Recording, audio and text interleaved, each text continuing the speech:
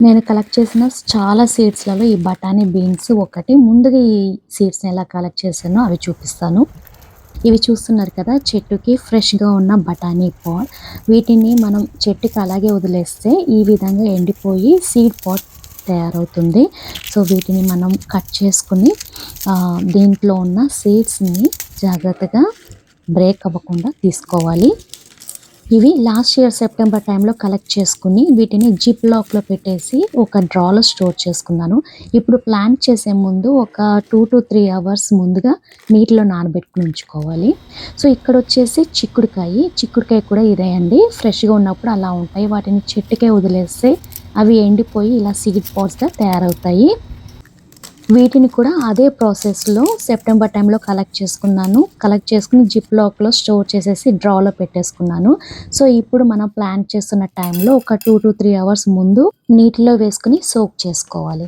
ఇప్పుడు నేనిక్కడ starter seed kit తీసుకున్నాను. సో, వీటిల్లో నార్మల్‌గా మనకి ఇక్కడ దొరికే ఎనీ పాటింగ్ మిక్స్‌ని వేసేసి ఒక హాఫ్ లేయర్ వరకు ఫిల్ చేసుకొని నానబెట్టి ఉంచుకున్న ఈ బఠానీ గింజల్ని ఒక్కొక్క బ్లాక్‌లో నేను ఒక 3 వరకు వేస్తున్నాను.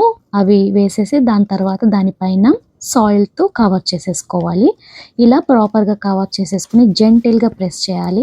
ఆ తర్వాత ఏదైనా బాటిల్ సహాయంతో గానీ, హోస్ సహాయంతో గానీ ఇలా షవర్ అయ్యేటట్టుగా నీటిని పోసుకొని ఫుల్‌గా నీటితో తడిపేసి దాని తర్వాత లిడ్‌ని పెట్టేసి ఇంట్లోనే ఉంచుకోవాలండి వీటిని. మనం బయట ప్లాంట్ చేయలేము. సో, అలా నేనక్కడ విండో పైన పెట్టాను. అదే విధంగా ఈ బీన్స్ సీడ్స్‌ని కూడా ప్లాంట్ చేస్తున్నాననమాట. వీటిని కూడా జెంటిల్‌గా ప్రెస్ చేసేసి, నీటిని పోసేసి, లిడ్ మూసేసి మనం విండో పైన గానీ, రూమ్‌లో ఎక్కడైనా కూడా వేడిగా ఉన్న చోట అంటే వార్మ్‌గా ఉంటే సరిపోతుంది. ఆ ప్లేస్‌లో పెట్టేస్తే మనకి 5-6 డేస్‌లో జర్మినేట్ అయిపోతాయి. ఇక్కడ ఇవొచ్చేసి తామర విత్తనాలు. సో, నేను ఇవి స్టోర్‌లో కొనుక్కున్నాను. ఇవి ఆల్రెడీ ప్రీ ప్రాసెస్‌లా అంటే దానిపైన చెక్కేసి ఉంది. సో, డైరెక్ట్‌గా మనం నీళ్ళల్లో వేసేస్తే జర్మినేట్ అయిపోతాయి. ఇక్కడ నేను ఒక్కొక్క గ్లాస్ జార్‌లో ఒక్కొక్క సీడ్ వేస్తున్నాను. ఇవి కూడా విండో పైనో లేకపోతే రూమ్‌లో ఎక్కడైనా ఉంచేస్తే మీకు జర్మినేట్ అయిపోతాయి. అండ్ అప్డేట్స్ విషయానికొస్తే నేను లాస్ట్ వీడియోలో మీకు పచ్చి చిక్కుడు విత్తనాల నుంచి ఇలా మొక్కలు పెట్టాను కదా! సో, ఇవి బాగా ఎదుగుతున్నాయి. వీటికి సపోర్ట్ కూడా ఇవ్వాల్సొస్తుంది.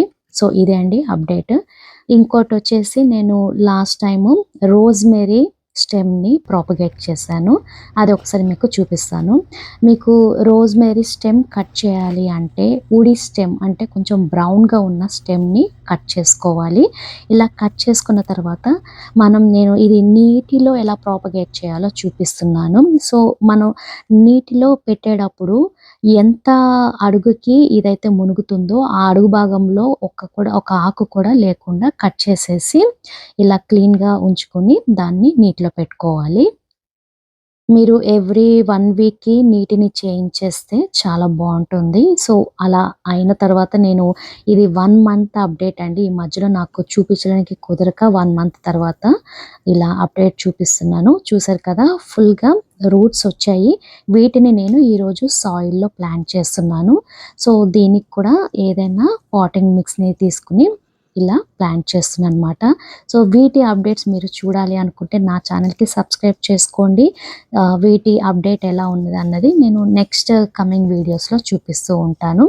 ఇలా సాయిల్‌లో ప్లాంట్ చేసుకున్న తర్వాత ప్రాపర్‌గా వాటరింగ్ చేసేసి ఇక్కడ సియాటల్ వెదర్ కొంచెం కష్టం కాబట్టి దీన్ని కూడా కొంచెం ఏనుకునేంత వరకు ఇంటిలోనే పెడతాను. సో, మనం ఇలా విండో పైన పెట్టేస్తే సరిపోతుంది. అండ్ ఇవొచ్చేసి లాస్ట్ వీడియోలో లేదా ఒక షార్ట్‌లో ఫిగ్ ట్రీని ఎలా ట్రిమ్ చేయాలో చూపిచ్చాను. ఆ ట్రీని ట్రిమ్ చేసినప్పుడు ఇలా కొన్ని స్టెమ్స్ ఉన్నాయి. వీటిని జర్మినేట్ చేయాలనుకుంటున్నాను. ఏ స్టెమ్‌ని జర్మినేట్ చేయాలన్నా ఆ స్టెమ్‌కి ఆకులు, కాయలు, పూలు ఏవున్నా అవన్నీ కట్ చేసేసి ఎండింగ్ పార్ట్‌ని ఒక 45 డిగ్రీ యాంగిల్‌లో కట్ చేసుకోవాలండి. సో, స్టెమ్స్‌కి రూటింగ్ హార్మోను ఇది రిక్వైర్మెంట్ కాదు. But optional. అయినా ఇలా రూటింగ్ హార్మోన్ పెడితే మటుకు అప్లై చేస్తే మనకి ప్రాపగేషన్ పర్సెంటేజ్ ఎక్కువుంటుంది. సో, ప్రతి స్టెమ్‌కి ఇలా రూటింగ్ హార్మోన్‌ని అప్లై చేసి పాటింగ్ మిక్స్‌లో ఆహ్, పెడుతున్నాను. సో దీన్ని కూడా మనం ఏ స్టెమ్ని కానీ కూడా మనం సన్నీ ఏరియాలో పెట్టకూడదు. సో వాటిని షేడెడ్ ఏరియాలోనే పెట్టాలి. సో వీటిని కూడా ఇలా ఇంట్లో పెట్టి పెంచుతున్నానమాట.